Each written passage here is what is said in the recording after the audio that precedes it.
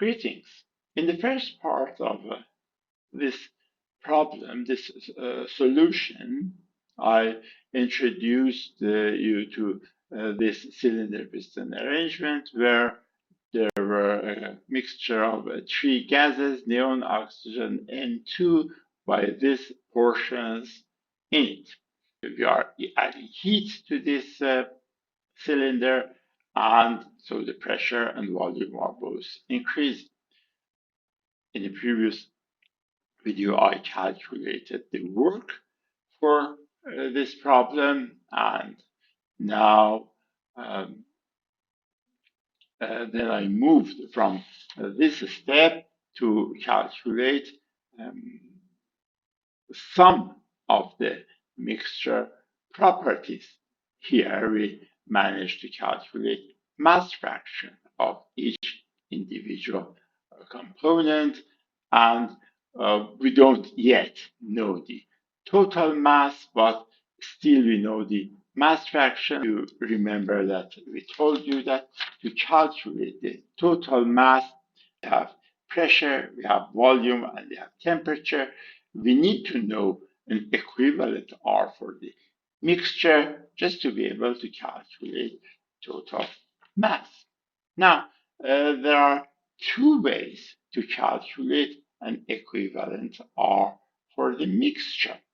And one way is to write down that Rm equals Ru divided by mm, and just use the universal gas constant to calculate an R for Rm, since we have an equivalent molar mass for the mixture. So if we do so, it equals 8.314 kilojoule per kilomole Kelvin, and divided by 28.0485, and that is kilogram per kilomole, and then Rm, an equivalent R would be 0.296 kilojoule per kilogram Kelvin. So it is 0.296. Here, we could also multiply these values, 0.18 times 0.4199, 0.57 times 0.2598, and plus 0.25 times 0.2968, and the outcome would have been the same number. So all the same, we now have R, and so it gives us the possibility to calculate this equation. Just use the perfect gas law for the mixture and see what would the total mass be. PV مساوی equal PV equals MRT, and therefore M equals P, which was initially 200, times 200 kilopascal, times V, which was 0.1, and divided by R, which was 0.296, times T, which we know initially our temperature is 283.15. And therefore mass in our problem would be 0.239. This is the total mass inside our cylinder, and if I want to write it here, I should write it here, 0.239. 0.239. And these are all fractions of these. I mean, 0.18 times 0.239 is the mass of neon, which would be 0.04302. 0.57 times 0.239 would be 0.13623, and 0.25 times 0.239 would be 0.5, 0.05975, 0.05975. And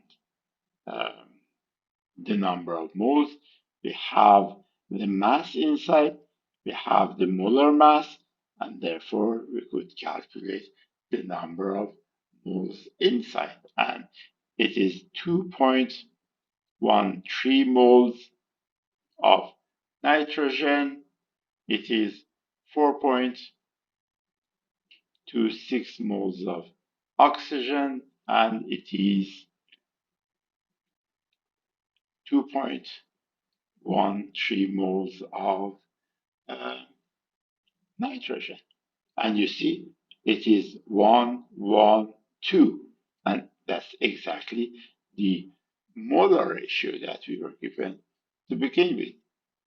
0.25, 0.25, and 0.5. So our numbers are correct, and the total moles of the mixture would be 8.52 moles.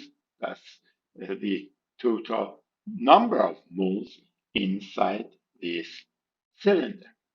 We could also calculate an equivalent CP0. It's very easy. All we need to do is I will just write it here to make it simpler. CP0 M equals MFI sigma MFI times CP0I. So what we have to do is that we have MFI and this. So it is 0.18 times 1.0299, 0.57 times 0.918, and this one. So I shall just calculate equivalent values for CP0 and CV0.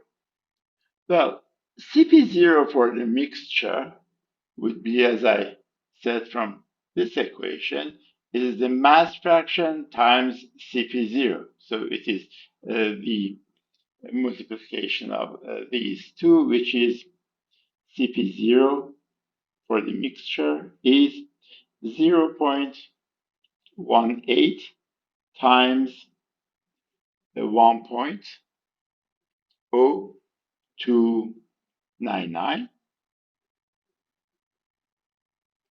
plus here 0.57 times, you see it's on the mass basis, so we have the mass fractions that work for us.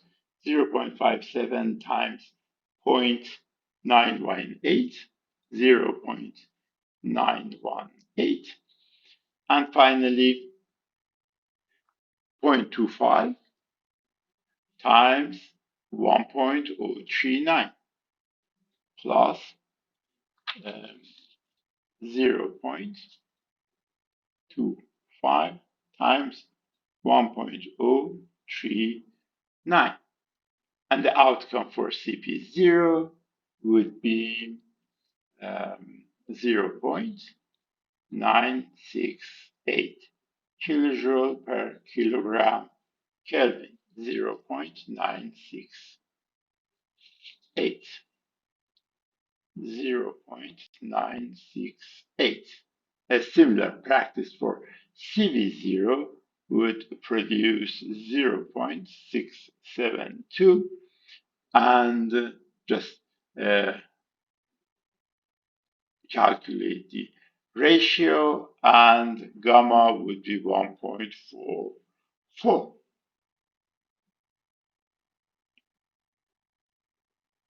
Our table is complete. There are only two lines that we haven't checked, and we should have checked it to begin with, and that is if our gases are perfect gas. And you see, the critical temperature, our temperature was 283. It was our 283.15 was our initial temperature. Final temperature would be far higher. So the temperature here for a critical point is 44, which is far lower than our working temperature, 155 and 126. So our working temperature is perhaps twice higher than the critical temperature for any of these two, and many times higher than that. Our critical pressure was 200 kilopascal to 500 kilopascal at the end of it.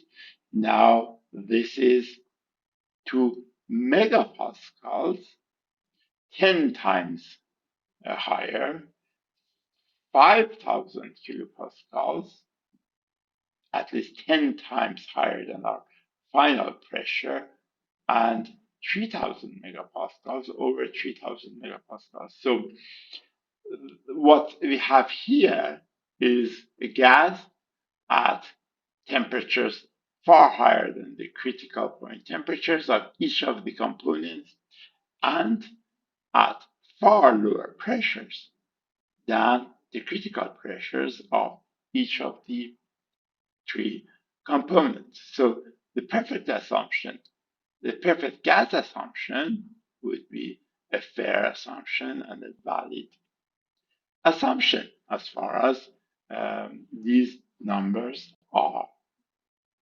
concerned.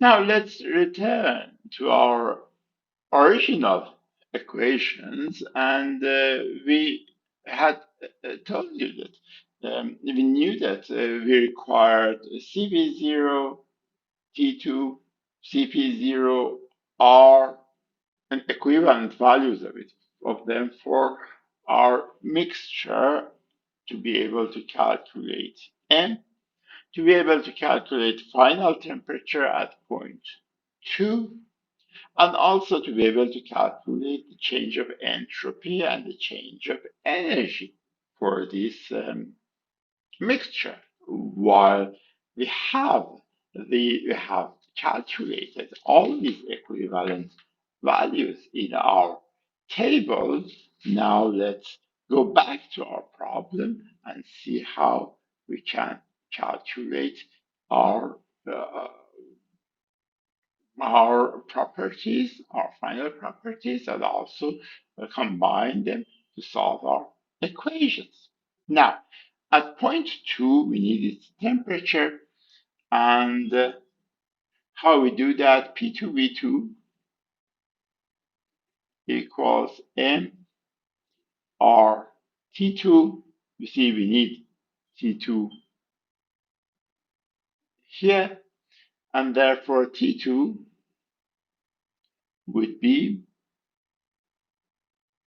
at final condition, we know that the pressure is 500 kilopascal. We also have calculated its volume. We have calculated its volume. So we just insert into perfect gas law, and it is 500 kilopascal at point 2 times V, which is 0.4375 cubic meter. Then it is R MR. M is 0.239 is the total mass as we calculated it, total mass is 0.239 and R is 0.296, 0.296.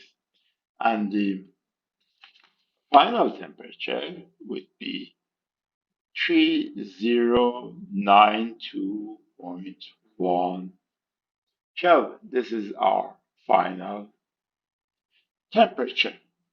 Now, let's come to this equation. We have everything for it. We just need to calculate our Q. Q12 equals M, which is 0.239 times CV0.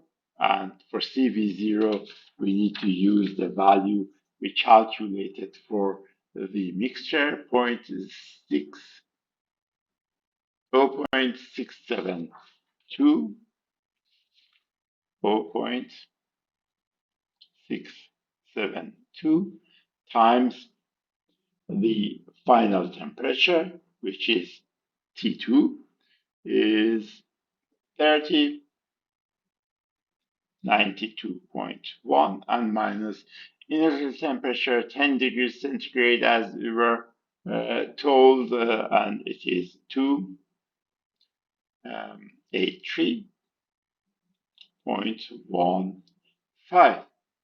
And we have calculated Q here, we have calculated this term, and we have to move W12 to the other side, so it would be plus 118.125, and the value for Q12 would be 569.3 kilojoule. This would be the value for Q12. Finally, our equation here, if you remember, I mentioned that I would assume that whatever happens inside our boundary would be reversible. All irreversibilities would be outside this boundary. All irreversibilities would be outside this boundary. So what I could do is to assume that Sgen is 0 and calculate some equivalent temperature for this problem. And let's put numbers to it. Numbers is M, which is, you see, I want to write this equation. M is 0.239 times CP0. I need to use the equivalent CP0. I just calculated it, and it is 0.968 ln T2 over T1. I just calculated T2, 3092.1 divided by T1, which was 283.15, minus the equivalent R that we calculated. It is 0.296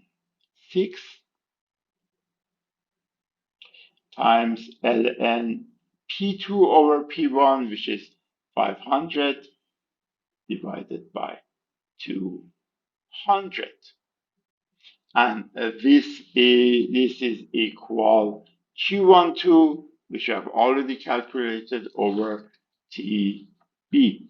So it is Q12. This equals Q12, which is 569.3 divided by some equivalent boundary temperature.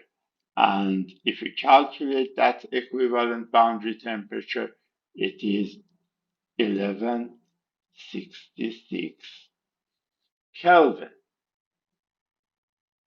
It's often said that if you want to have an equivalent boundary temperature, just take an average between initial and final temperatures. It's a good practice if the difference is small, but at such large differences, TB, I would call it equivalent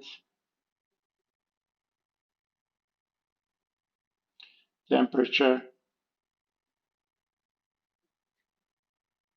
But if we just want to calculate the average temperature,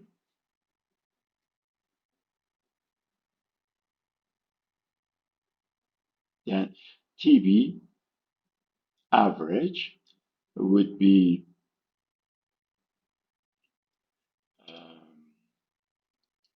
283.15 plus 3092.1 and divided by 2, and that equals 1687.6 Kelvin. Compare it, and there is some more than 500 degrees difference between the two values. This is a practice that I have often mentioned in the earlier parts of the second law of this thermodynamics course, and in the when I was explaining second law, and it is that if you have a fixed boundary temperature, very good, you know what the boundary temperature is, but if you need to assume an average, then an equivalent average would sometimes be far different from a mathematical average. Well, thanks very much for watching this solution, and cheers.